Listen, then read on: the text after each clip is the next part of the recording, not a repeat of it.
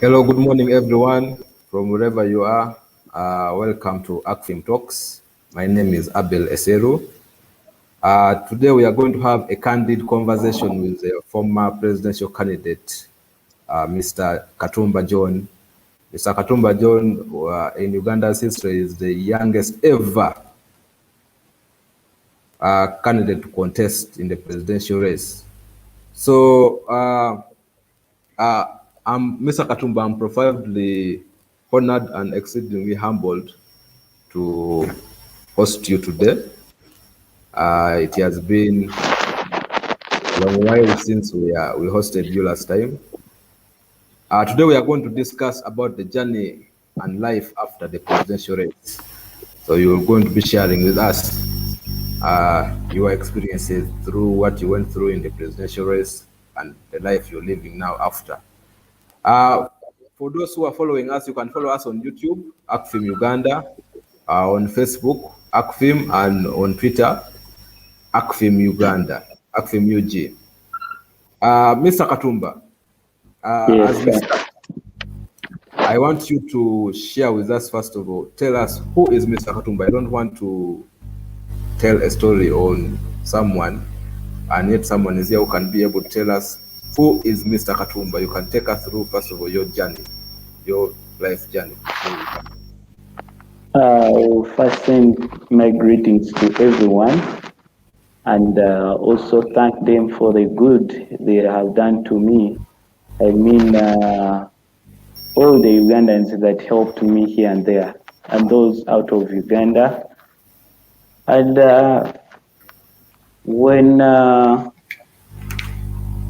if I continue, I thank you for the voice that you gave me and those who believed me. I'm sure you added the stone to the next Uganda or to the Uganda we want us to have. Katumba John came from a poor, humble background, and I went through what I can say a true African way of growing. I lost my parents at the age of 2. When I talk about 2, the dad died first, then later on another one died. So the whole story ended at the age of 2. I grew up in my family. I mean, like everyone helped me in the family. So I got so many people to help me during my schooling, where everyone did what they could. So I didn't have a clear family where I grew up from. I grew up in different families, but most of the time I spent it with my grandmother and my auntie.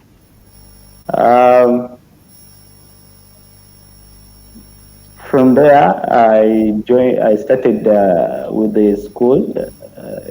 Before my parents died, I was in a better school, but after them dying, I had to join a school down in Mukono called Zion Hill Standard Academy, commonly known as Chizungu Paradise, that is in Mukono. No, nowadays it is called Buyukwe, before it was Mukono. Later on, I joined Central View High School, then around Central View High School. In primary, I was a entertainment prefect. In secondary, O level, I was the health prefect. Then in A level, I became the head prefect. So I joined Macquarie University, and they took us to MOOBS campus. That's where I did my course of transport and logistics. So I pursued my bachelor's degree in transport and logistics. I graduated last year in January. We went through a quarantine session. Then after quarantine session, that's when I started the story of soliciting signatures. Okay, thank you very much. for that brief and elaborate introduction about yourself. So, currently in the history of Uganda, you are the youngest ever presidential candidate to have ever contested. I want to understand from your own view, what inspired you to run for the highest political position in Uganda? Here in Uganda, when you look at the way things are running, honestly speaking, I wouldn't love to put a bad picture on my country because I love it so much. But the way things are done, it's not the way they are supposed to be done. And when you look at the situation, my story of presidency started way back in P2. When I was on the streets, I told you that I lost my parents at a tender age. So as I was going at school, I used to be around Nalia, but they could take me to Mukono. By then it was Mukono, currently known as Buikwe. But the only route was through one day Kampala, then you board a bus or a taxi. Actually, it was a taxi by then, or Costa, these minibuses to the other side. So as I was going through Kampala, I saw a lady who had her business on the head and children, the whole family around her. The way they handled that woman made me feel crying. They grabbed her, bumped her into the car. They left these young children crying. So I looked at that story. From that day, I started following. Even my behavior has changed at school. I knew that what we are in, it is not how things are meant to be. The story started way back, as I've told you. But in the due process, I saw things rain in the way that they were not supposed to be done. People's lives here in Uganda are almost useless. I'm sorry. What do you mean by being useless? What I mean that anyone can command anything and it happens over people's lives. I'm telling you, people are shot dead, live. Eh? Others are being tortured. Others are being handled the way they are not. No one is following the law. Though the constitution was amended in their favor, but no one is following the law. It is upon someone's will. We fought, we have power, we have everything. That is how Ugandans reign nowadays. And no one is here to help. So, look at an example. During the days of me growing up, P2, by then, a quota sugar was around something at first it was 200, then it went to 250, then later on 300. That is a quota, meaning a kilo was 1,200. A kilo. But nowadays, a kilo is at 4,000 shillings. It is not a development. This is something like milking a cow, like over milking something, like over milking a cow, squeezing the small juice out of it. From there, I'm narrating the whole story, where it all came from. I saw that we reached a point of paying for someone's mistakes. How? Someone buys land because they know that the land is owned by, let us say, by someone, But there are so many squatters on that land who bought the land, but they didn't know the procedure. You find hundreds of people being removed away from the land, leaving them homeless. It is happening in Uganda. How do we pay the price? The government may come in to reimburse, but before even it comes in, the situation goes through a procedure where they pay the committee, they pay this and this. Who is paying that money? We the Ugandans. Our country right now is in debts, where an individual has 1.3 M to pay and above. That is not the exact amount. And above, we have all that debt to pay. So when I looked at that, I said, no, this is not how our nation is supposed to be. We are in a process, we are in a situation where the government right now, all the people who are in charge, do not care about the youth.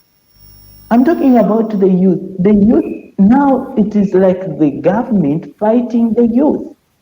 Yet we are the pillars of Uganda. I tried to happen to read through some story where these people who are in charge right now fought for their nation at the tender age. Some of them were younger than me. Others were ministers at my age. Here right now, the youngest you find in the ministry is 40 and above. The generation has changed. So all that, now instead of creating employment opportunities for the youth, they are fighting the youth. So all that, it reached a point where being a youth here in Uganda is being disabled. That's why I tell the youth that being a youth doesn't mean that you're disabled. You cannot do something. We can. Though our hands are tied, our fingers are being cut off, our legs are tied, but we have to fight and say enough is enough, and we move from where we are to another level. So when there are so many things I wouldn't love to talk about my nation, but you all observe on news, and even those news you see, some of them first link, after them linking, but they control the news. The press right now doesn't have the right of doing what they are supposed to do. Recently, isn't it yesterday, former journalism president was shot dead. Shot. Bullets. And this is the nation we are having right now. We are not fighting someone that we are fighting someone. We are fighting the poor governance that is in the country. We are fighting poverty that is in the country. We are fighting violation of human rights that is in the country. We are fighting insecurity that is in the country. We are fighting unemployment that is taking over, that is rampant in our nation. We are not, me, basically, I don't know, but me and my team, we are fighting, not fighting someone. I'm not in to fight someone. I'm in for the betterness of my nation, for the betterness of Africa. Democracy is no more in my nation, I'm telling you. Why? It is the rich to decide. If you're not rich, you in. You here to struggle. Corruption, oh my God. When it comes to corruption, corruption is very rampant here. Politics has overtaken leadership. So all that and others that I cannot mention here for the betterness of my nation, Uganda, and that I cannot put my nation put it out there how bad it is, but a lot is happening. So all that provoked me to say, let me do what it takes to save my nation. Let me give in. I wrote a book, this book, The Untold Story. I'm sure you read about it, sir. Yes. Yes, I did. You read. Yes. And I'm sure I talked about everything in this book. So, what we went through, it was, to me, it is like forcing my life into something, though I had to do it. I had to do it because in me I asked you a question, if not me, then who? If not me, then who? Because others are in there. Others are in for politics. Others are in for the grudge between so and so. Others, we don't know anyone's motive. But me, my motive was more on service delivery and changing my nation from one level to another. Okay, you have pointed out the issues of the gaps in the governance system and absence of rule of law. Those are some of the things that inspired you to front yourself so that you can be able to fight for good governance and make sure that the laws in existence are much appreciated and are not being abused by certain individuals and to benefit certain individuals at the expense of all Ugandans. So I do believe and understand that when before you get nominated as a presidential candidate, you need to move around the country and collect signatures, 100 signatures from each district. I would like you to share with us how did you manage to go through that entire process of meeting voters from various districts and getting their signatures? What was their perception whenever you met them and asked for their signatures? How did they perceive you? Even talking about that story, you see me when I feel like shedding tears. It wasn't something easy. It was a block that was put there to stop people from participating. And this is what happened. They imprisoned me so many times. In the process of soliciting signatures, I had to move. I launched my signature soliciting in Luwero. Then from Luwero, I went to these podcasters, local. We call them local podcasters, where you go, AKM Karakasa. I went there, I talked to the people. The people were too eager to see the president on timing. They saw a young man like me, very small, the way I am. And few enlist, others they said I'm a mole, others say that I'm a CID for the government. A lot was there. The documents that were given to us didn't have an introduction letter, and that was one of the challenges. It didn't have the introduction letter. It did not have let us say, the introduction letter. It didn't have any blue stamp or anything. It was just a document that you can download. Now, because of that, I was arrested so many times that I'm trying to register labels, and they arrested me so many times. Torture was there because I remember I was around some highland. That was Kalangala, and by then it was a period of one, curfew. Two, it was quarantine, but by then they have eased quarantine. Fishing wasn't around on the lakes. So I like signatures from the Kalangala station and due process. I boarded, they told us that the boat will come at around 7, in that by 8 it is on the other side. So I boarded the boat. As we were on the boat, the police surrounded us. It wasn't even police army. It surrounded us, and at the end of that day, I was wagged thoroughly. I mean, thorough wagging. You know how army men can do their work. Yeah. By the time I explained the story that so and so, it was in the morning, and even it wasn't me because I tried to explain to them at 9, no one listened. And that's why I feel like they should remove the army in places where the people are. Let the police do its work. Because army officers, they are there to follow the command, but at one point there is some sense of humor and discipline. I think right now the army is becoming to start becoming indisciplined. It's no longer the army we knew, or just because it is too in people, I don't know.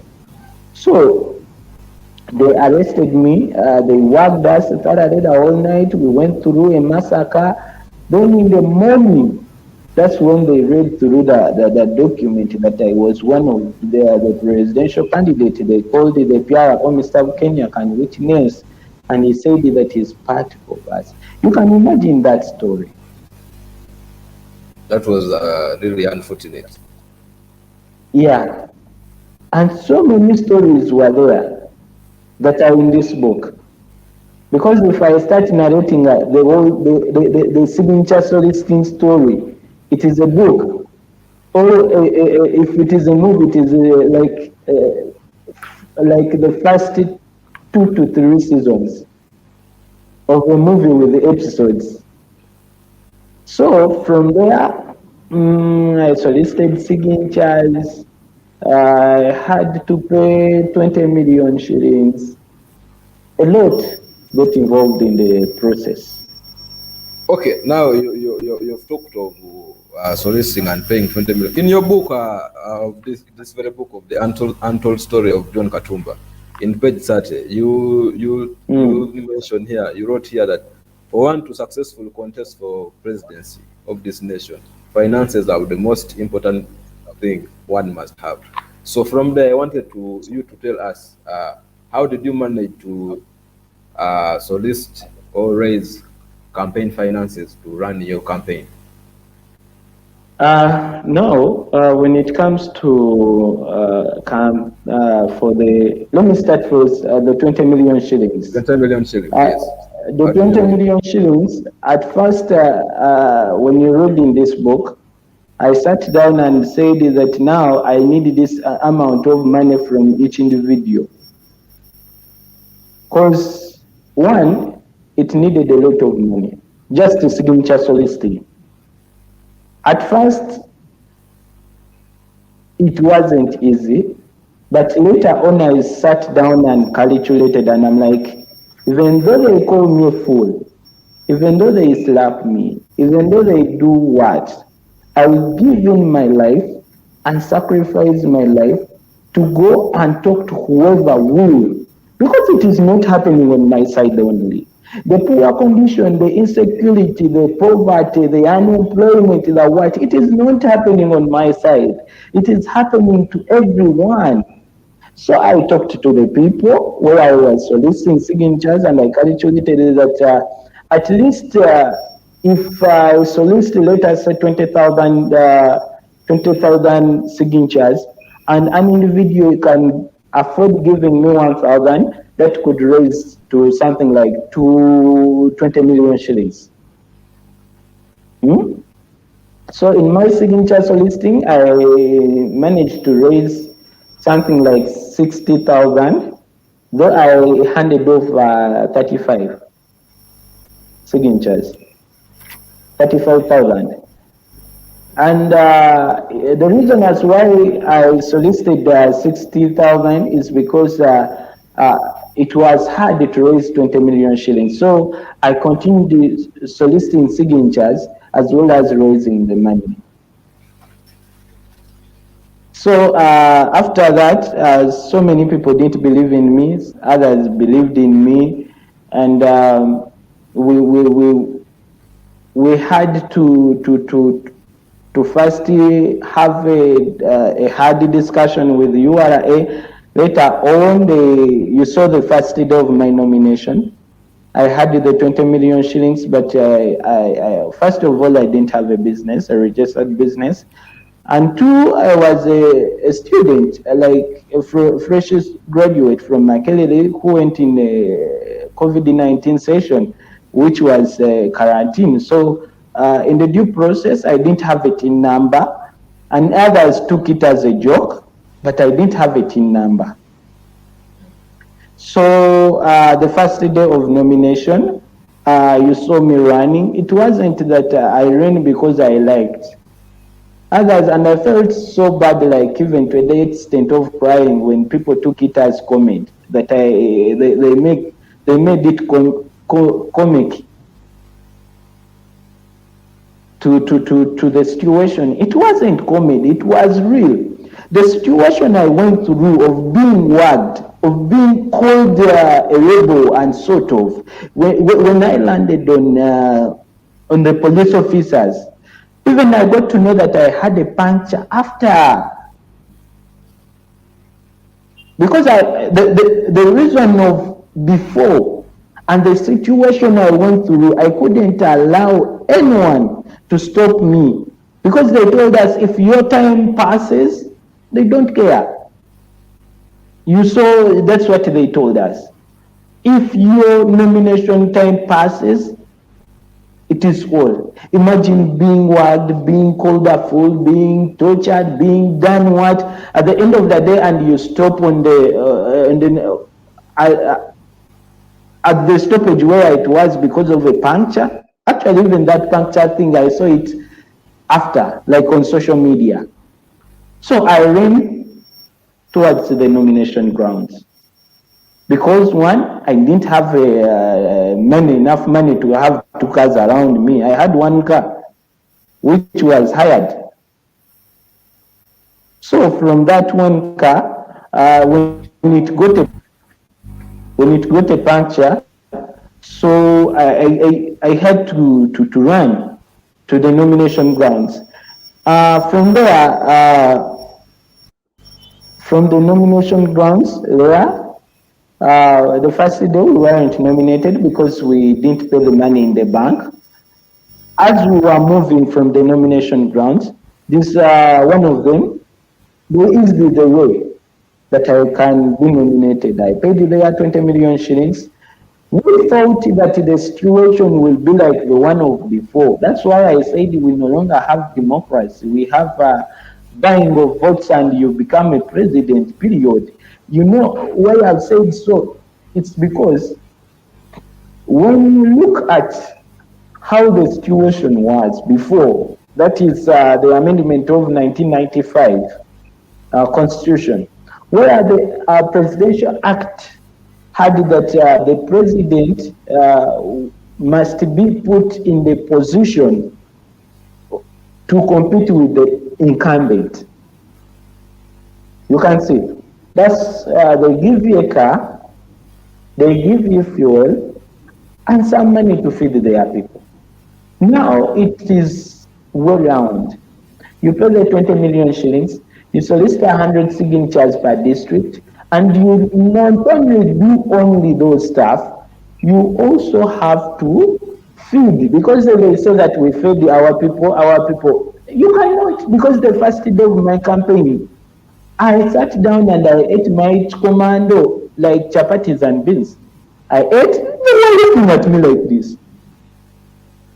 You can imagine. They were looking at me. From morning till evening, no one has eaten. Even if you don't have a parent's heart, you cannot eat when they are looking at you. These are the people with guns. Anything can happen. You know, anyone with a gun, anything can happen. So at the end of the day, we had also to feed them. Because they had families, they had children, you know, And even them, some of them were believing that we really need change. So from there, the nomination day, they gave us a car. Everyone saw that we were given a car. That was just to show the nation that we were given. But in actual sense, you saw me coming out saying that even though they gave us car, we were not allowed even to come next to them. We were not allowed to come next to them. Now, here comes that they amended is it called the 102B Constitution, where they said that age limit should be should be removed. It was there, but the more they removed the age limit, the more they made themselves into position of being in power. Because they removed everything. The way you are, remember they have squeezed even the little you have out of you, but you have to go and campaign the whole Uganda. So Ugandans came out and they were like, wow, this young man has something to say. He has a vision of Uganda, but he's tied his hands and his legs. How is he tied? He doesn't have money. You understand? He's limited to resources. And me, I started campaigning on foot. You saw me walking. Others called it comment because they control the media. So they took it in a comic way that I was making comment, but in real access, in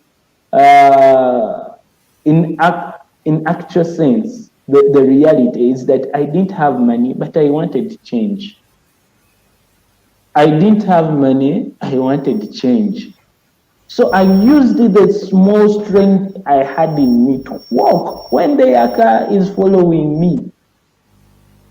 So when the Ugandans saw that this gentleman is really serious, that's when Ugandans started contributing. When they started contributing, you saw that where some people could give me money, but they didn't want to be exposed. Yeah, some Ugandans could give me what they could, but they didn't want to be exposed. And they are very many. But now that's when the journey of campaigning started. When it started, Ugandans, you saw me, it started with Nakasongola. People of Nakasongola embraced me because that wasn't their first time to see me. It was their second time to see me. During soliciting signatures, I was there. They saw me walking. They saw me looking hungry. They saw me doing hard life for them. Surrendering, because at first some of them, they were like, this is a CID. It's here to get information from us. So they saw the hustle. After them seeing the hustle, everyone gave me what they had. Didn't you see that? Yes, I saw that. That is Nakasongola. Then from Nakasongola, the money they gave me is the one I used to go to Masindi. So I campaigned in Masindi, but even during campaigns, we were limited. We were not supposed to access some areas, as you saw. Yes. Now, I think we are going to proceed from there. We are going to take a very short commercial break, and then we proceed from there. You've given us a very good synopsis of how you managed to raise funds through soliciting the signatures, and then also getting donations from individuals and various other avenues. So we're going to continue from there after this commercial break.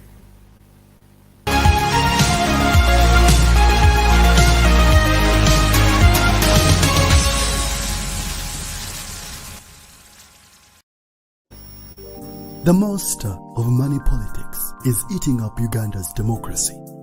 When you take money from a candidate, it means you are feeding the monster.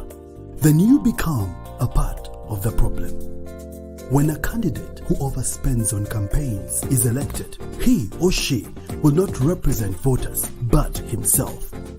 He or she will engage in corruption to recover campaign money. Social services will not be delivered and the voter will suffer more. Voter, let's be wise. Give democracy a chance. Do not sell your vote. Focus on the issue.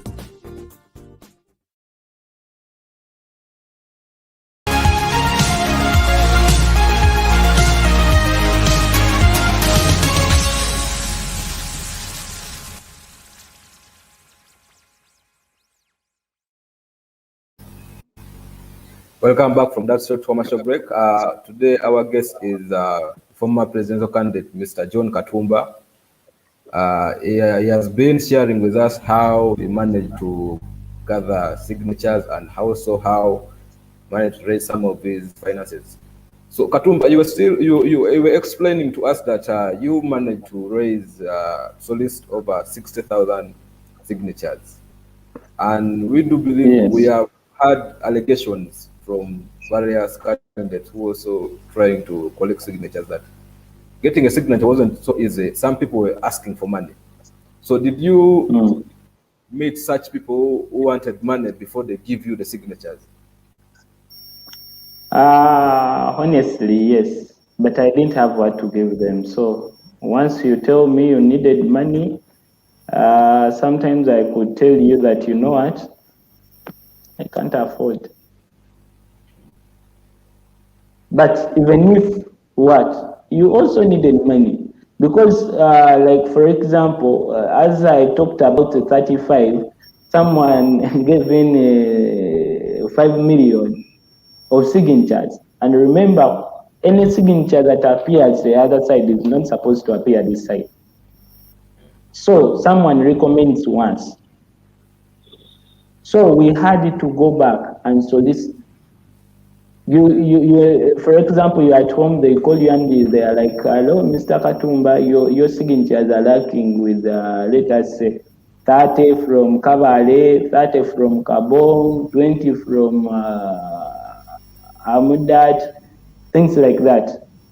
So at the end of the day, you go back. That is transport and sort of. So it was hard, very hard. Yeah, so how much did you incur in this process only? A rough estimate. How much did you incur in soliciting these signatures in terms of money? I really can't tell. What I mean can't tell, I didn't have a clear budget for that. Okay. You were elaborating to us and telling us that part of the money, or the 20 million you managed to raise, was coming from the members who appended their signatures to recommend you as a candidate. Not part, almost, not even almost, the whole of that money. The whole of the 20 million. So now you can see Ugandans how hard it was. Yes, they did. They did, and you saw. That's why they decided to give you the support financially.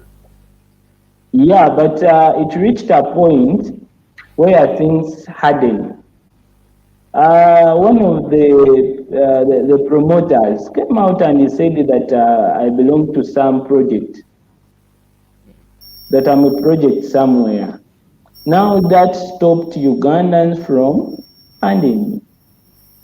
And I had contracted people to help me. So in the due process, after them stopping, then I started incurring debts. Because I had already contracted people were fundraising, they were giving me, Ugandans were contributing what they had, to the extent that someone who didn't have money could give you even silver fish. At least you can feed with your people. Others bunches of matoke, others had cash.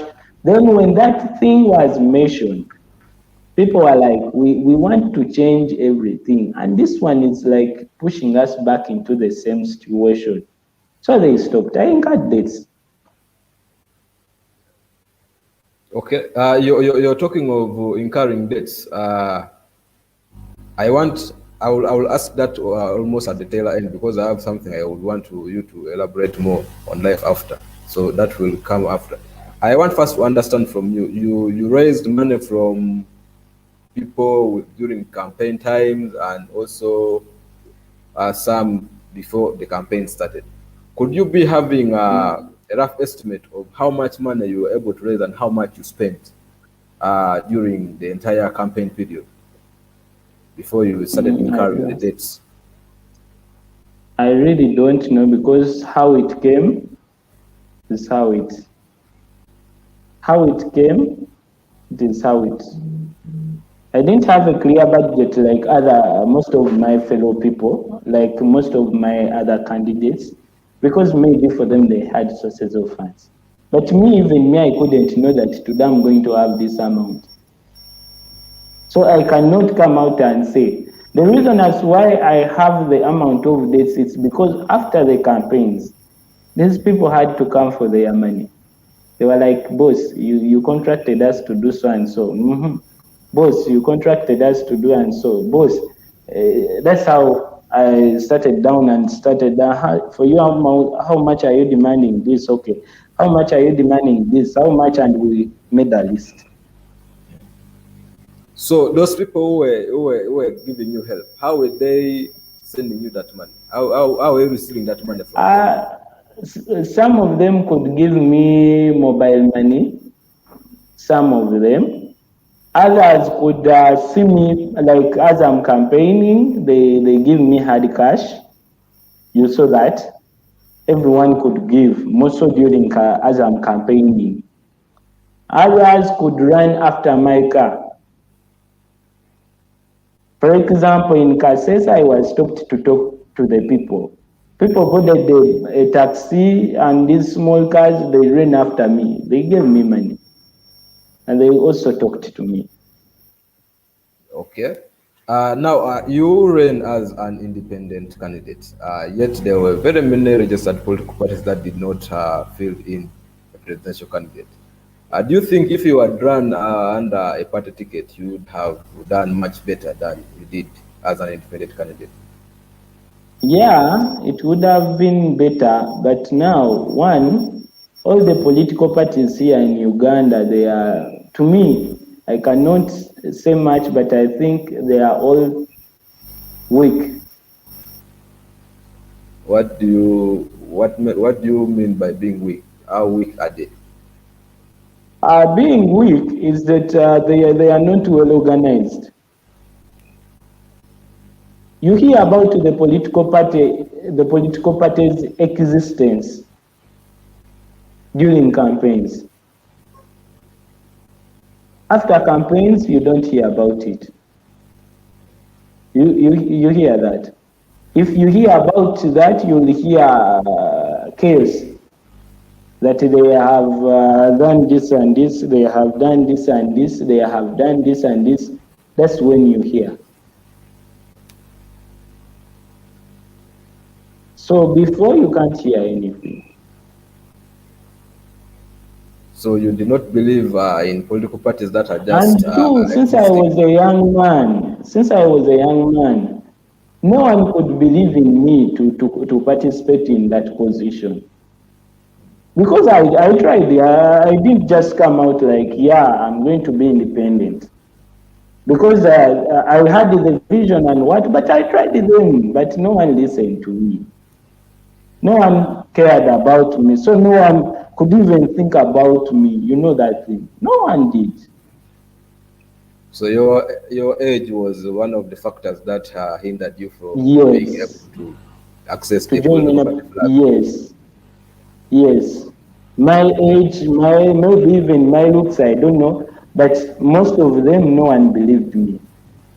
But also there's this element nowadays, political parties are well more intentioned, or would like to associate more with people who have money. Maybe do you think that because maybe you lacked financial muscle to be able to run your campaigns, because some political parties don't have enough resources to campaign for a candidate? Do you think that maybe also money was a factor that made them not to welcome you to Maybe, I don't know, I cannot say something much, but my observation was more into how I look, maybe, and my age, and maybe. Okay, we also do understand a lot happened in the presidential race, and there are very many things that you went through, which we would like you to share with us. What are some of those things you think hindered you from becoming the elected president of Uganda? What are some of the challenges you went through that hindered you from being elected? One, we didn't have equal resources, and that us not having resources, most of the independent, us not having resources, it was used to their advantage.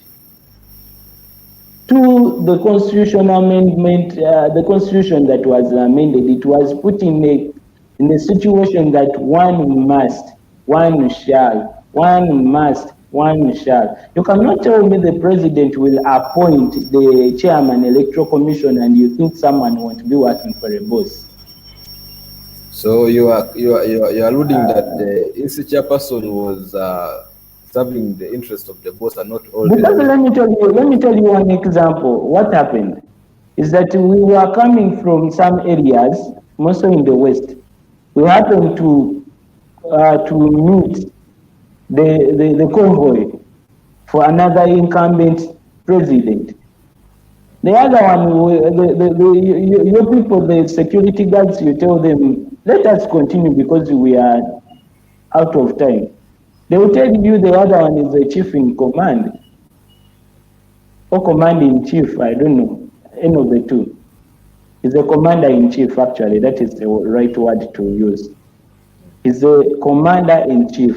So being the commander in chief, you have to stop, and he passes. What I cannot forget is that we stopped for almost like 10 to 30 minutes waiting for the convoy to pass.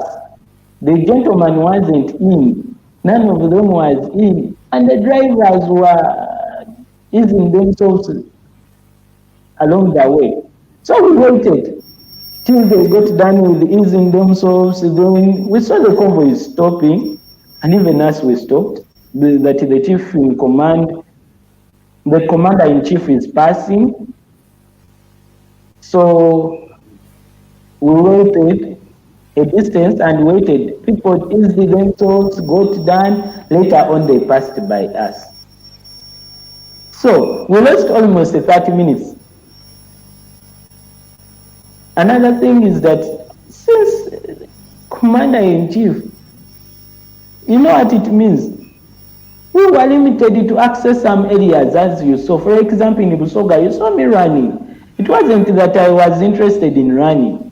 Because even me, I wanted to be like, in a comfort place, to be treated as a president. Presidential candidate. Yes, but that couldn't be available. Why? We fought with police here and there, running here and there. You want to talk to the people, they don't want you to talk to the people. They have the guns, they do what? They do whatever they want. Why? There is the order from above. Order from above, you're not supposed to access this area. Order from above, you're not supposed to access from this area. Others, even orders could come on Twitter that such and such area is suspended. But that is your next destination. We reached a point where violation of human rights. Actually, even right now, I'm sure the day you saw me, I showed you something on my back, on the backbone, which is there. Even right now, I'm still trying to make it right. I got on the spinal cord. I got some issue with my spinal cord. Even right now, I feel so bad. But why? That was the Fort Portrol thing, where they pulled me, they did everything. They almost, they used a gun and it was put to my body guy. And someone who was doing that had no uniform, but protected with someone with a uniform. Are you seeing? So violation of human rights, monetization, like some people reach a point where they are like, we feel like there is no change because we are not allowed to reach our area.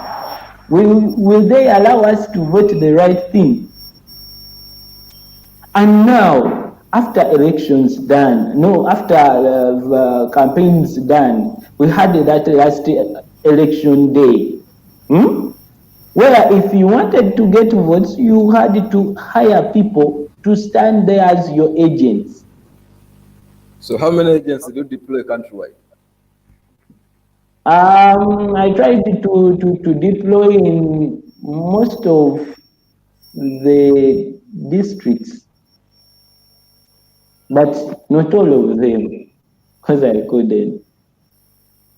Why? What made you not to be able to Money. have agents? Money, because we have like 30.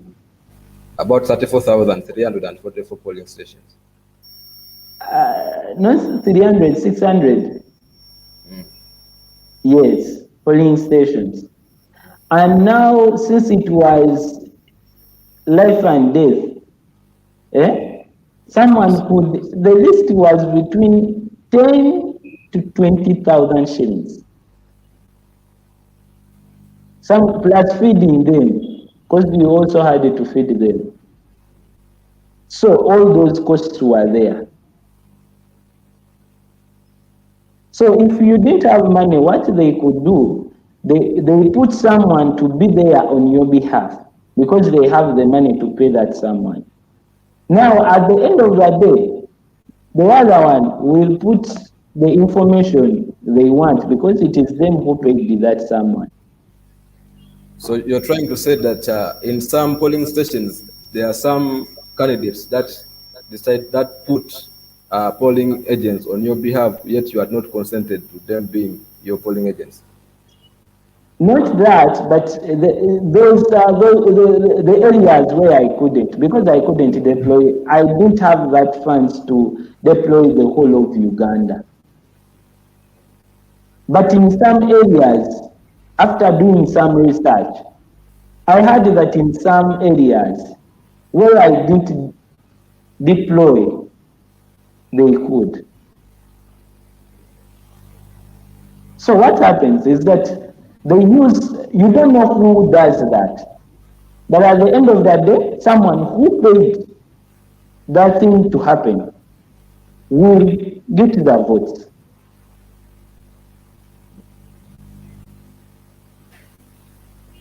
So all that situation left me with a deficit, with a debt. Now, as a young man like me, or as an old man like me, I have to start from deep negative to the life. I'm talking about the life of insecurity. You remember I showed you that video? You remember that video? Yes. I showed you where they came and entered into my house. They took everything they wanted because they wanted the information. You see, there is this story where you say this gentleman is part of me, but in you sure he's not part of you. What he did was to break the odds. He broke the odds and did what others couldn't.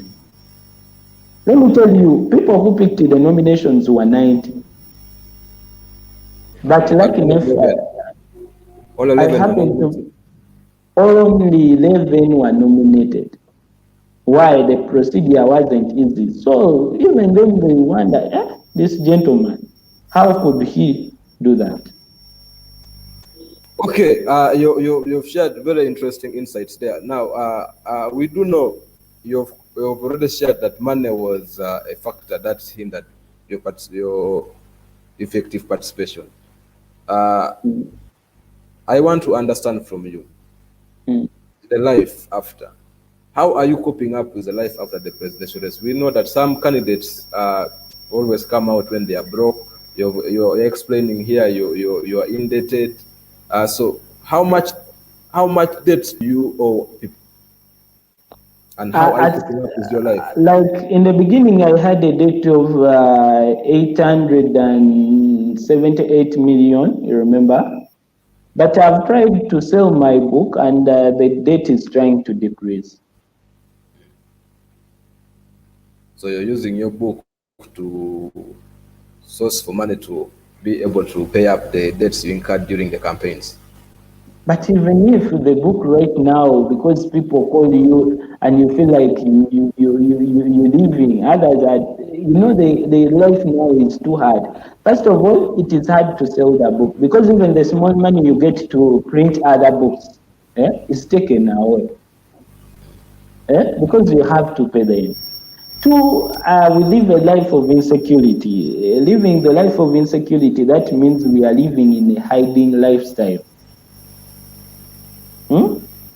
I have here even an audio what is making you live in that kind of life of insecurity, of hiding? Is it because people are demanding you, or the other factors that are making you? I think both, but mostly it is other factors, but I think both. Because you can't know who does what. Because even if you come out and tell them, you people did this, they will say, no, we did.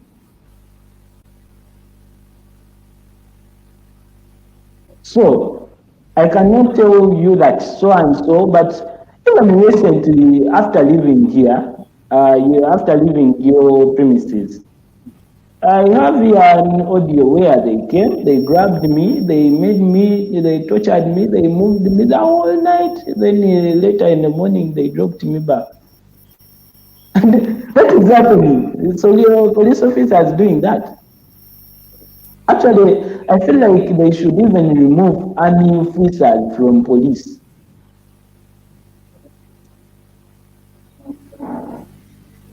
Yeah. So yes, you can continue. So I feel like it's like as if I did a crime to participate, to contest, to love change. It's like it wasn't part of me to express what I felt. It was like, the life I'm in, it is a life of insecurity.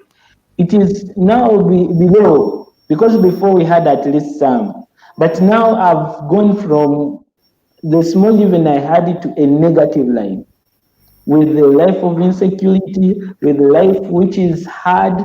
Debts are taking over. I don't know whether they will even, the debtors will reach a point of taking me. I don't know. Now that is the situation I'm in now. You no longer have a home, because where you used to be, they are ever there. Then you run to another home, which is a bit expensive. You keep on shifting, which is also expensive. We have tried to run to the NGOs, none has helped. We have tried to run to the EU to talk about it. They are running away from me. Now it's like as if I did a crime to contest. Okay, we are running out of time. So I would you've shared a lot in terms of your experience and the life after. Some of the things you've highlighted is people had negative attitude towards you, negativity, and also you had limited resources to enable you effectively campaign, but also the issues of security operatives mishandling you and making the level field not equal enough for all candidates to campaign in a more meaningful and effective manner. So, as part of your parting shots and in your concluding remarks, what would you recommend moving forward? Government should put in place for us to ensure that elections in the near future are conducted in a fair, free, and credible manner.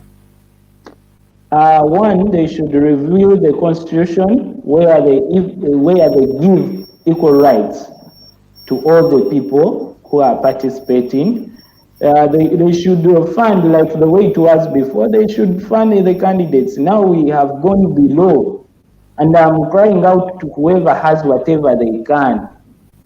If you have anything, please give me, because now I'm living like, I don't know, it is hard on my side. It is hard on my side. I've gone below, I'm in negatives. It's like I did wrong to fight for the Ugandans.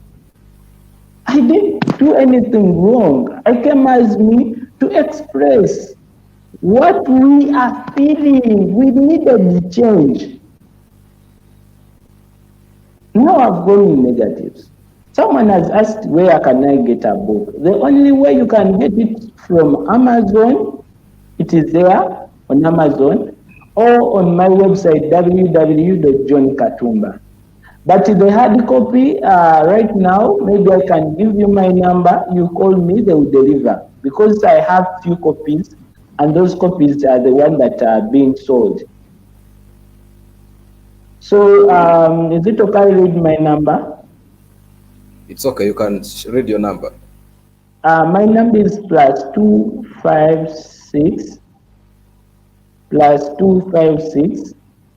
778 849457 +256 778 849457.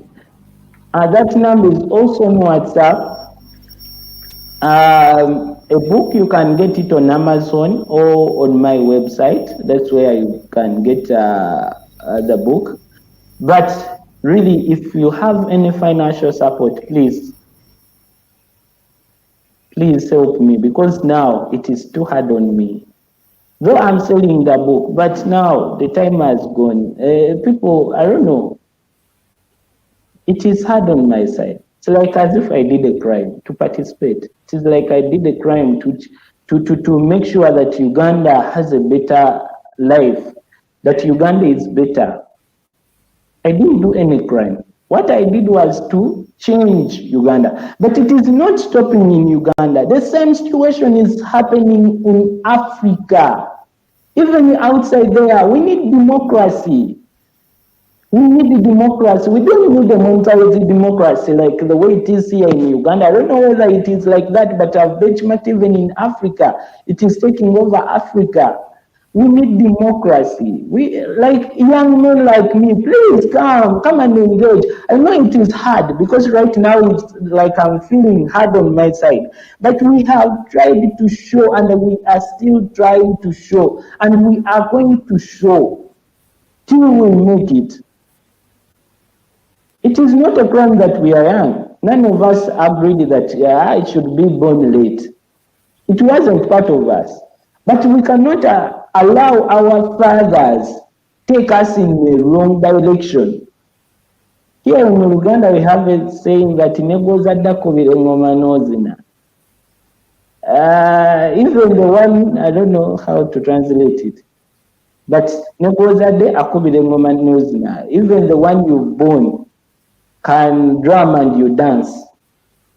That is how it is.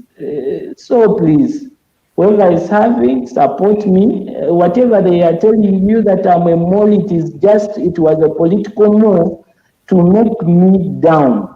But now you've seen it wasn't. You've officially seen it everywhere. It wasn't. The real me is me, who participated, who wants change. And let us unite our strength so that we can have a better Uganda. It is really shaming and making me cry whenever I feel like, is it wrong to contest? Thank you, Mr. John Katumba, for your time. You've really shared with us a very good experience of your journey and life after the presidential race.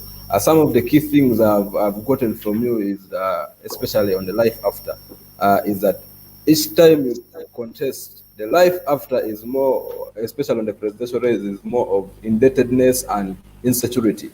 That's the life candidates like you as a presidential candidate live after the election. This is what I want to put across. The reason that's why I wanted the constitution to be reviewed, the political parties are funded towards the campaign. They are funded. But independent people like me, we are not funded. You go in the way you are. So you cannot fight the incumbent who has the money, who has the right to print the money. Huh? And you don't have anything. So political parties are funded, but we the individuals, like we the independent, are not funded. Maybe they will give you an argument that in a multi-party democracy, we more of try to promote parties to grow. So we want individuals to embrace and be part of the political party so that we can grow. Now, if it was like that, there was an amendment that could allow people like me to participate. How can someone of my age participate in that democracy they are talking about, to participate on a presidential level through a political party? Could that be allowed here in Uganda? No political party will allow you. They were there, I tried them. They were there, I tried them. So you're trying to submit that you're trying to submit that political parties are one of the among the problems hindering youth participation in vying for high positions in politics in Uganda. Yes, because even in political party, whoever has money contests. Isn't it so? Whoever has money takes a strong position in a political party. You are aware of that. So you know what is happening towards with the youth. We are broke. We are capsized. We cannot say anything. If you try, they will say that this young man is insane. They lock you up. You've seen that happening. No one listens.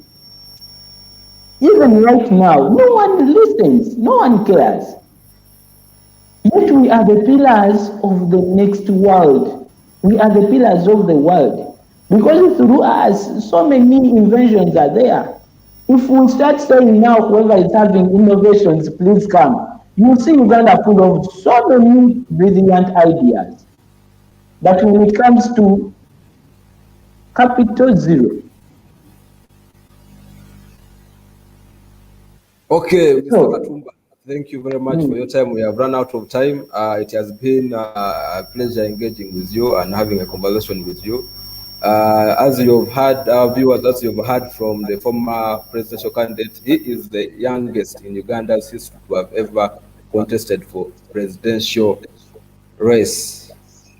He contested when he was 24 years old. So in the history of Uganda so far, he is the youngest ever presidential candidate. He has narrated to you a story. Right now, he's remained in indebtedness, is living in a life of fear and insecurity. So he's calling for support. Anyone who can be of support to him, you can buy his book, The Untold Story of John Katumba, as part of supporting him. But also you can reach out to him on the number he has shared, he shared with us on this platform. I want to thank everyone who has been participating or following the show from wherever you've been. It has been a pleasure having you. Mr. Katumba, thank you for honoring our invite. I remain Abel Eseru. We shall have the next edition of ACFIM Talks next Friday.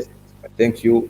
Remain following us on Facebook, following us on Twitter, and also following us on YouTube. Thank you very much.